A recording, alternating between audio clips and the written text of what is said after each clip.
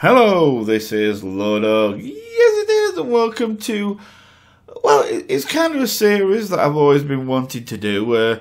It's not going to be regular, it's going to be probably once a month or something like that, maybe even further between, I don't know yet. But one thing I'd always wanted to do with my channel, even more than just play games all the time, was actually sometimes bring out an episode of something where I would talk about gaming news or gaming things that I'd heard about or games that were coming out, anything really that interested me. And if anybody wanted to join into the discussion, then they would. Simple as that. So what happened was, I was doing a bit of reading up, and what I didn't know was, I found something out today, that one of the series of games I've always enjoyed is the Monkey Island series. I've mentioned this before. And I found out today that Telltale Games were actually involved in the making of Monkey Island 5, which I think was Secrets of Monkey Island. And Telltale Games were actually involved in that. They did develop it. I knew LucasArts had always done it up to number 4, but they published it they were publishers in 5th and Telltale Games developed it, and I didn't know that. I found that out recently. So anyway, what happened was that what made me kind of decide to do this eventually was that I keep getting asked by people when Wolf Among Us is coming out, the next episode, because they said first week in February, but it hasn't come out yet. And I kind of ignored it because I thought, well, it's coming out soon, first week in February, I don't need to answer it. And so I waited, and I keep getting asked every day. And then today I actually went to watch latest one for me anyway, latest episode of IGN's Up at Noon series, which I find very funny and I like to watch. It's the one from the 27th was the next one to watch. And to start with, they had Mark Schaefer on. If you don't know who Mark Schaefer is, he worked for LucasArts for about 10 years, just over 10 years, something like that.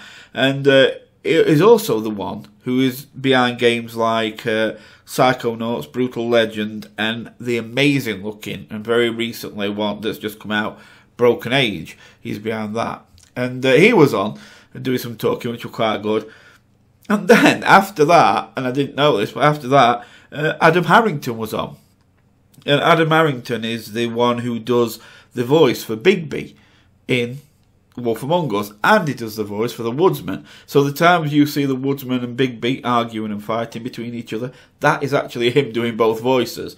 So it was like, oh my god, So people keep asking about Wolf Among Us, then I go and watch this and more Wolf Among Us. So I thought, well, I'll do the series, and then I can say I can do the first episode in the series and tell people that as far as I know, I did a bit of checking and a bit of talking to people, and it seems like the Wolf Among Us, the next one is going to be the 5th of February. Now, of course, that depends on time zone. For instance, if it comes out at 3 a.m. for me, a lot of people in America are still going to it's going to be the 4th. But anyway, that's what it says. It says, well, from what I can tell, the Wolf Among Us will be released on the 5th of February. So that's something to look forward to. And all those that have asked me can now lay it to rest. 5th, there you go. Stop asking. So anyway, on some other news that I actually read up on, it was to do with Nintendo. Again, like I say, you don't have to listen if you don't want to, and if you're not interested, you don't have to join in. But if you are, then put your opinion forward. But Nintendo's kind of finally realised that things aren't going well. Finally, for it. Of course, the Wii U never took off, so hasn't done very well at all, and it's just been overshadowed by PlayStation, Xbox again. So they've kind of not been doing well for themselves. So what they've done is they've brought out a few strategies, and probably the most aggressive one of the ones is that they're going to do a 1.2 billion stock buyback, which amounts to about 7.8, 7.9, something like about 8% of its whole stock, and it's about 10 million shares, and they're going to buy them back. And the CEO of the company, Satoru Iwata, I think that's how you say it, is going to take another 50% salary cut, and that's because things just aren't working. So I say another because he actually did take a 50% salary cut in 2011, and that was because of the 3DS. You see, now the 3DS is doing pretty well, but when it was first released, it basically just bombed. It didn't do very well at all. He ended up taking a 50% salary cut back then as well. But don't worry, I think Satoru will definitely be still making plenty of money, no doubt. So, but also what's been reported is that since 2007, Nintendo's lost 80% of its value since 2007. So it shows how bad things are for it.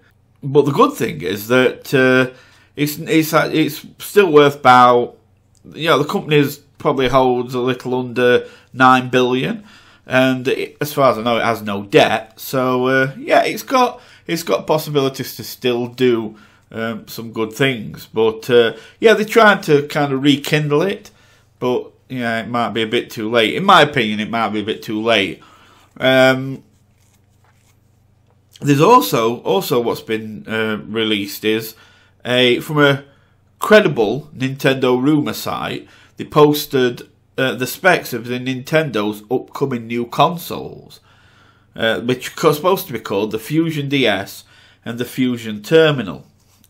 And if that's true, then that basically means that Nintendo's just as good as abandoning the Wii U and going to basically say, look, Wii U's no good. We're going to look to getting these consoles out.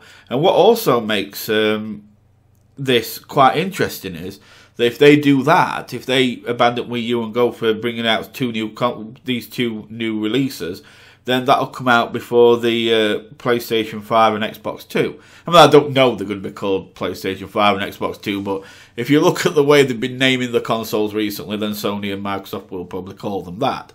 But that would mean that, by abandoning Wii U, they could actually bring out these two new consoles, Fusion DS and Fusion Terminal, and beat kind of before Microsoft or Sony can bring theirs out and actually have a go at the marketing that way. But the problem is that they're still kind of standing staunch against releasing anything for smartphones and tablets, which to me is a bit silly. It's I don't see why. I mean, Iwata, Satoru took the cut. He said that they're doing a leapfrog strategy, from what I read, and which means he's basically bypassing things like tablets and smartphones and things like that, and trying to jump onto something in the future that hasn't yet showed itself, which is a bit confusing because, let's face it, smartphones and tablets and things like that is highly a massive market right now. It really is one that everybody's tapping into, and they're really not, and they're trying to kind of just bypass it and go to something else. And by ignoring this kind of hugely popular market, it really could end up coming back and biting them yet again and blow up in the face. And Iwata even said that they were going to do some things to do with the iPhone and with smartphones, and tablets and that, but it'd only be kind of a communication type thing or things like that. But they weren't going to actually release anything for it still. So they're missing out on this to leapfrog to something that they're not even sure about yet. So it's just Nintendo's strange way of doing things. And if they keep taking the knocks they've been taking, I mean, like I say, if they've lost 80%, if they've come down in value 80% since 2007, they can't afford to keep doing this no matter what they're worth right now. Okay, some other news. There's a new trailer out for a horror game called Daylight, which it kind of uses the usual flashlight and camera kind of thing to move around with, take pictures, and you've got a flashlight, light things up, and you're going to get jump scares and things like that. There will be these things I talk about. There will be links in the description. Like I say, I'm not putting them in the video for copyright purposes. I'm not even going to risk running into that. So anything I find that will be a trailer or anything like that, you will find the links in the description to everything. So just go in there and you'll see it in there and click on anything that you're interested in. But yeah, this Daylight looks pretty decent. It's like I say, it's along the usual thing really that they're doing recently. Let's just hope they don't do too much of this, because As usual, it will start to eventually get a little bit too much, and then people will start to turn against it. But for now, yeah, it looks like it's going to be pretty decent, and I have got a trailer for you to look at to do with that. Also, the DLC to BioShock Infinite Burial at Sea Episode 2 is coming out very soon. There's a trailer for it, and again, you'll see that in the description. Burial at Sea is part of the DLC that came out. There was one came out end of 2013, Episode 1 did, and that was November 2013. And then, there isn't actually a release date for it yet. It's got to be announced, but it's pretty soon, apparently. So yeah, if you want to have a look at that, there'll be a link to the trailer in that. There's been a new cinematic teaser for Last of Us Left Behind that's been released.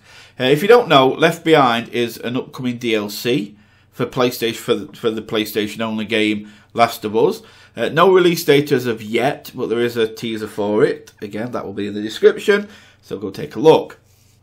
Now, of course, Turtle Rock, I don't know if you've heard of these, Turtle Rock Studios were part to do with Left 4 Dead. They're Left 4 Dead, first Left 4 Dead. Well, they've kind of come together with 2K, and they've and what they've done is they've brought out a new shooter that's called Evolve. It's an all-new multiplayer shooter experience kind of thing.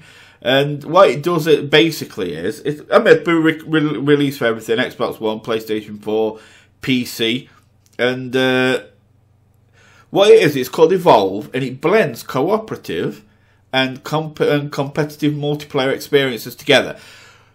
Basically, you've got a team of 4 people, and they play in first-person mode, and they face off against a single player who plays a monster.